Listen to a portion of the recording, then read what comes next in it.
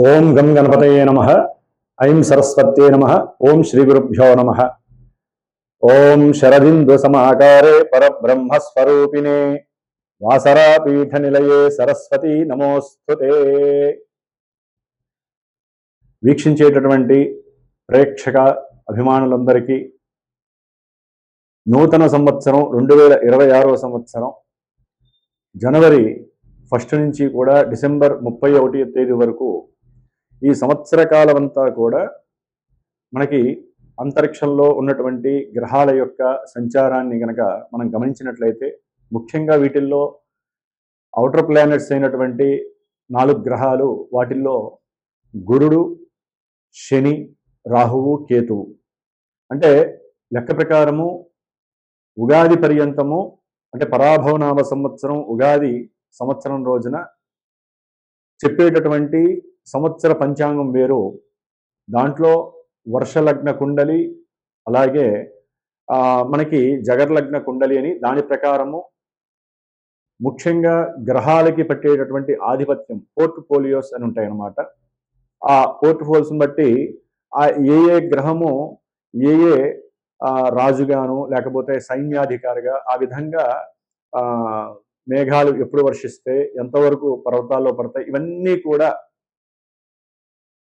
ప్రపంచం మీద రాజుల మీద ఏ విధంగా ఉంటుంది అనేటటువంటి విషయాలన్నీ కూడా మనకి 2026 సంవత్సరము పరాభవనామ సంవత్సరము మార్చిలో ఏప్రిల్లో వచ్చేటటువంటి నూతన సంవత్సర పంచాంగ విశేషాలు వేరుంటాయి.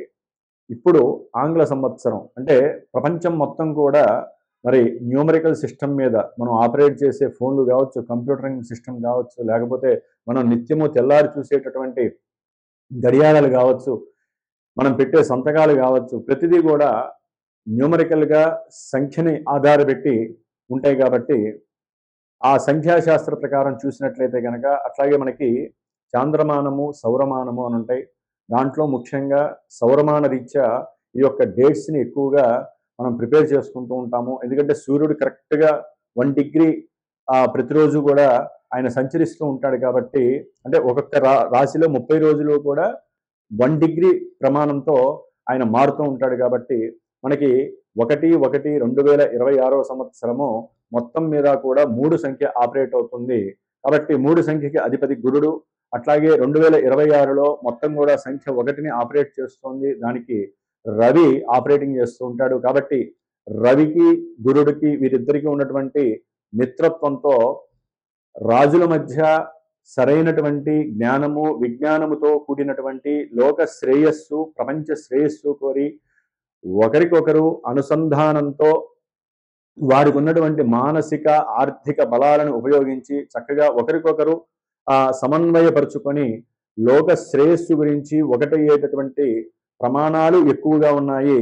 అట్లాగే లోక అభీష్టము, లోక శ్రేయస్సుని ఆలోచించుకొని ఉద్దేశించుకొని ప్రతి దేశము ఓకే యుద్ధాలు వస్తాయి అంటే గ్రహాలను బట్టి యుద్ధాలు జరుగుతాయి, ఎన్నో ప్రమాదాలు వస్తాయి, మృత్యుఘంటికలు, ఎన్నో రకాలైనటువంటి సమస్యలు వచ్చే అవకాశాలు ఉన్నాయి, అగ్నిపర్వతాలు పేరుతాయి. అట్లాగే మనకు ఉన్నటువంటి మంచు కొండల్లో ఉన్నటువంటి లావా బయటకు వచ్చే పరిస్థితి ఉంది, మంచు కొండలు కరిగిపోయి ఎన్నో ఉప్పెనులు వచ్చే ప్రమాదాలు ఉన్నాయి, వాయుపరమైనటువంటి ప్రమాదాలు అంటే ఆకాశయానంలో అది రాకెట్లు కావచ్చు, లేకపోతే ఏరోప్లేన్స్ కావచ్చు, చిన్న చిన్న ఎయిర్ క్రాఫ్ట్స్ ఏవైనా సరే ఎన్నో ఇబ్బందులు పడేటువంటి అవకాశాలు ఉన్నాయి. అట్లాగే ముఖ్యంగా భూగర్భానికి సంబంధించి పెట్రోలియం ప్రోడక్ట్స్ విషయంలో కావచ్చు, లేకపోతే బొగ్గు గనులకి సంబంధించిన విషయాల్లో ఇట్లా ఎన్నో విషయాలలో ఎన్నో ఇబ్బందులు, ఎన్నో ప్రమాదాలు జరిగే అవకాశాలు ఉంటాయి. ఇవి ప్రపంచానికి సంబంధించినవి. అయితే మనకి ముఖ్యంగా ద్వాదశ రాశులు, ముఖ్యంగా మేషాది ద్వాదశ రాశులు ఉన్నాయి మనకి. ఆ రాశుల వారికి ఈ యొక్క 2026 సంవత్సరంలో గ్రహస్థితి ముఖ్యంగా రాహువు, శని, కేతువు, అట్లాగే గురుడు వీరున్నటువంటి స్థానాలు. ఎందుకంటే వీళ్ళు మారుతూ ఉంటారు. గురుడు దాదాపుగా మార్చి 17-20 తారీఖుల్లో వక్రం ఆపేసేసి రుజుమార్గంలో ప్రయాణం చేస్తూ ఉంటారు. ఆయన దాదాపుగా జూన్ వరకు కూడా ఆయన ప్రయాణం చేస్తూ జూన్న ఫస్ట్ వారంలో ఆయన కర్కాటక రాశి ఉచ్చస్థితికి వస్తారు. ఆగస్టులో మళ్ళీ నక్షత్రం అంటే పుష్యమి నక్షత్రంలోకి మారుతారు. అట్లాగే చివరిలో మళ్ళీ నవంబర్ డిసెంబర్లో ఆయన ఆశ్లేష నక్షత్రంలోకి మారుతారు. ఇట్లా నక్షత్రం మారినప్పుడల్లా కొంతమంది రాశుల వారికి ప్రభావాలు మారుతూ ఉంటాయి. గురుడు ఉచ్ఛలో ఉన్నప్పటికీ కూడా ఆ నక్షత్రానుసారం ప్రభావాలు మారుతూ ఉంటాయి. అట్లాగే శని కూడా దాదాపుగా ఈ జనవరి 20వ తేదీ నుంచి సొంత నక్షత్రంలో గడువు పెడుతున్నారు.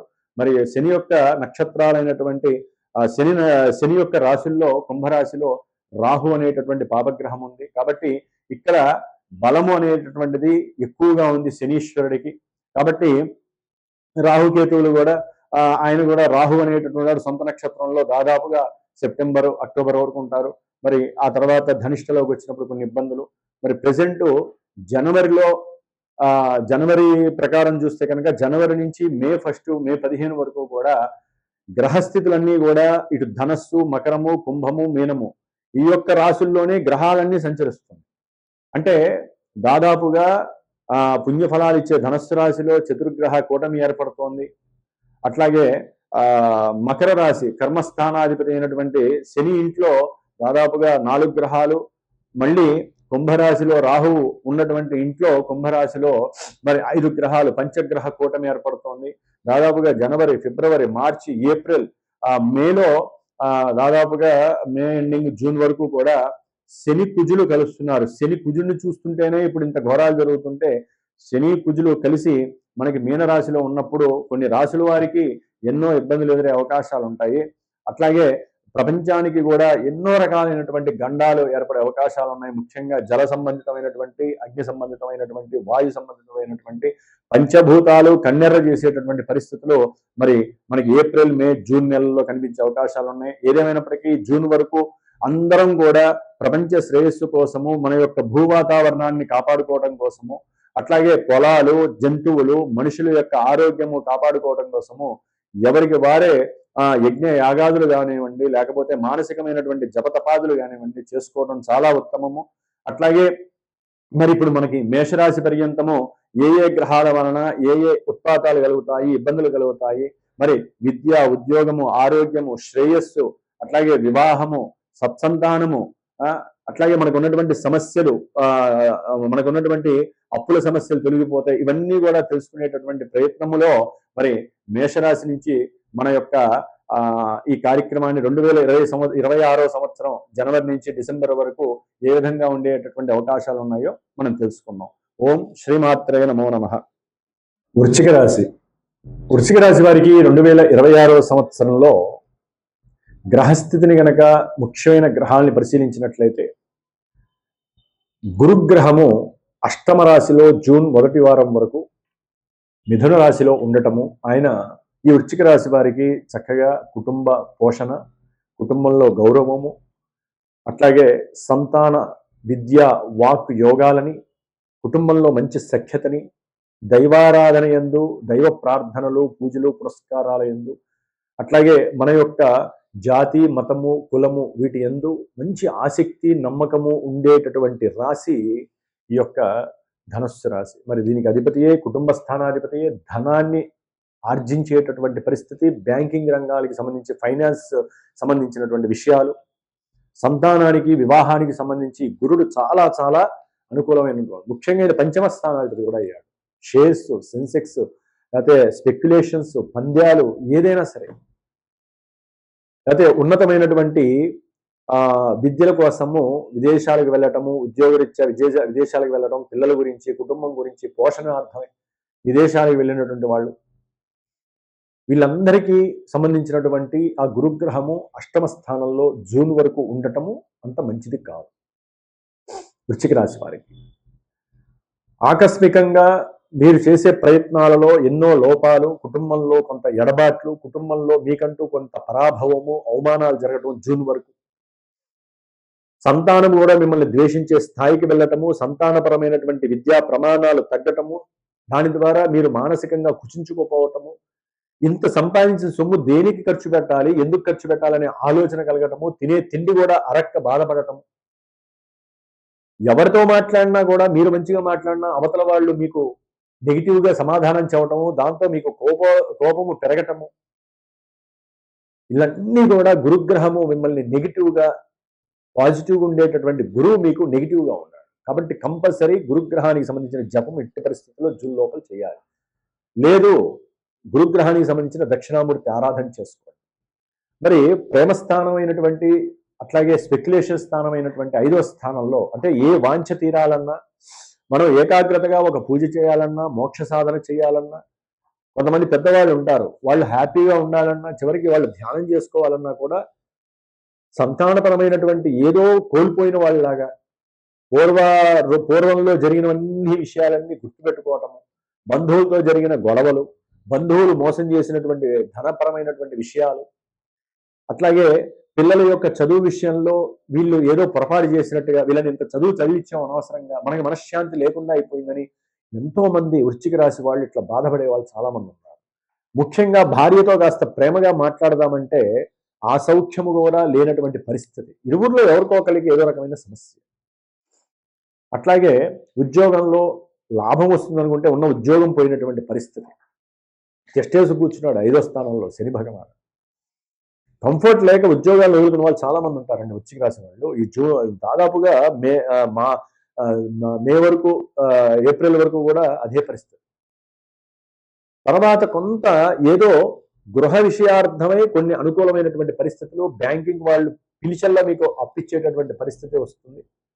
ఎందుకంటే జూన్ తర్వాత గురువు మరి చాలా చాలా అఖండంగా యోగిస్తున్నాడు వృశ్చిక రాశి వారికి. గృహయోగం ఉంటుంది, ధనయోగం ఉంటుంది, సంతాన యోగము, ప్రేమించుకున్న వాళ్ళకి ప్రేమ సఫలీకృతమైనటువంటి యోగము, ద్వితీయ సంతానం కలగటము, ఉన్నతమైనటువంటి విద్యలకి సరైనటువంటి బాట ప్రయాణం, అట్లాగే ప్రమాణాలు గుర్తించటం, మీకంటూ ఒక నూతన ఆవిష్కరణల వైపు మానసికంగా మీరు ఆలోచనలు అవతల వాళ్ళకి షేర్ చేయటము, లేకపోతే వాటిని ఇంటర్నేషనల్ గా తీసుకెళ్లేటటువంటి ప్రయత్నాలు చేయటము, మీ ఆలోచన జీబీ ఒక స్టేజ్లో ఉంటుంది వృశ్చిక రాశి వాళ్ళకి జూన్ తర్వాత. అయితే ధనపరంగా కొన్ని సంతానం మీద పెట్టినటువంటి, అంటే వాళ్ళు విదేశాలకు వెళ్ళి చదువుకుంటామని చెప్పి ఎవరో అయిన వాళ్ళు చెప్పారని చెప్పి మీరు సంతానానికి పెట్టుంటారు కదా, వాళ్ళు కొన్ని అమ్ముకునే పరిస్థితులు, స్థలాలు, భూములు, చివరికి వాళ్ళకు ఉన్నటువంటి జంతువులు అంటే గోవులు కావచ్చు, బర్రెలు కావచ్చు, అమ్ముకునే పరిస్థితులు కూడా ఉంటాయి ఈ యొక్క వృశ్చిక రాశి వారికి. ధనపరంగా కొన్ని ఫ్రాడ్లు జరిగే అవకాశం, మీరు పంద్యాల్లో పెట్టారు, షేర్స్లో పెట్టారు, క్లోజే. జూన్ తర్వాత ఏదైనా ఉంటే కొంచెం ప్రయత్నం చేయండి అంతే. అది కూడా జన్మజాతకాన్ని పర్యవేక్షించుకొని జాతకంలో దానికి సంబంధించిన లింక్స్ బాగుంటేనే చేయాలండి ఏదైనా. ఊరికే 10 రూపాయలు మనం టికెట్ కొన్నాము, లేకపోతే పందెంలో పెట్టాము, మనకి 10 కోట్లు వస్తాయి అనుకుంటే అది అసాధ్యము. జాతకంలో ఉంటే ఏదైనా కలగచ్చు ఆకస్మికంగా, అలాంటి ఆలోచనలు వస్తాయి రేపు ఏప్రిల్ తర్వాత. అట్లాగే 10వ స్థానంలో ఉన్నటువంటి కేతువు ఉద్యోగంలో చాలా అలజడులు కలుగు చేస్తారు. గవర్నమెంట్ వ్యవస్థల నుంచి మీకు చాలా అన్కంఫర్ట్నెస్లు వస్తాయి. సంతానము కూడా, అంటే కొంతమంది సంతానము కలుగుతుంది అనుకుంటే అది సంతాన విరోధం కావచ్చు, విచ్ఛిన్నం కలగచ్చు, సంతానం నష్టం కలగచ్చు, సంతానపరమైనటువంటి ఎన్నో సమస్యలు మీకు ఎదురవచ్చు కేతువు వలన. ఉద్యోగంలో మార్పులు చేర్పులు, భార్యాభర్తల మధ్య అనుసంధానం లేకపోవచ్చు. మిగతా గ్రహాలు, ఈ 4 గ్రహాలు ఇట్లా ఉంటే మిగతా గ్రహాలు మారుతూనే ఉంటాయి ఈ సంవత్సరంలో. అవి మారినప్పుడల్లా ఎన్నో ఫ్లక్చుయేషన్స్ వస్తాయి. ఆరోగ్య విషయం, ధన విషయం, కుటుంబంలో అవతల ప్రపంచంలో ఉన్నటువంటి అవతల వాళ్ళు మనతో ఎలా మాట్లాడాలి, మనం ఎలా మాట్లాడాలి, ఇవన్నీ ఒక ఎత్తు అయితే జన్మజాతకం ఒక ఎత్తు. జన్మజాతకంలో ఉన్నది మాత్రమే మనం స్వీకరించి జరగాలి. ఒకవేళ జన్మజాతకం లేనటువంటి వాళ్ళు వారి యొక్క మనసులో ఈవెంట్ ఏదైనా అనుకుంటే ప్రశ్నాశాస్త్రం, అంటే సపోజ్ మాలాంటి గురువులకి మీరు ఫోన్ చేసినప్పుడు మేము ఆ సమయంలో ఉన్నటువంటి గ్రహస్థితిని బట్టి చెప్పే అవకాశాలు ఉంటాయి. కాబట్టి అలాంటివి మీరు జాతకంలో ఎన్నో రకాలైనటువంటి పరిహారాలు, ప్రత్యామ్నాయాలు ఉంటాయి. మనస్ఫూర్తిగా నమ్మి, జ్యోతిష్యాన్ని నమ్మాలి. ఒకవేళ మీకు ఏదైనా దోషం ఉంటే కనుక పరిహారాలు ఆచరించాలి. ఇది శాస్త్రం చెప్తోంది కాబట్టి అది మీరు చేస్తారా, మాలాంటి గురువుల చేత చేస్తారా అనేది మీ యొక్క అనుకూలత పైన ఆధారపడుతుంది. కాబట్టి వృశ్చిక రాశి వాళ్ళు తప్పకుండా గణపతి ఆరాధన చేయడం ద్వారా వృత్తి లభిస్తుంది, ఉద్యోగం లభిస్తుంది, వ్యాపారంలో లాభాలు వస్తాయి, వ్యాపారంలో నష్టాలు తొలగిపోతాయి, ప్రేమ వివాహాలకి అనుకూలత కలుగుతుంది. శని యొక్క ఇబ్బందుల వలన హనుమంతుల వారికి తమలపాకులతో ఆరాధించండి. చతుర్థంలో రాహువు కొంచెం విద్యార్థులకి స్ట్రెస్ పెట్టే అవకాశం ఉంది. కాబట్టి తండ్రి యొక్క ఆరోగ్యపరంగా కూడా కొన్ని జాగ్రత్తగా ఉండే రోజులు వస్తున్నాయి.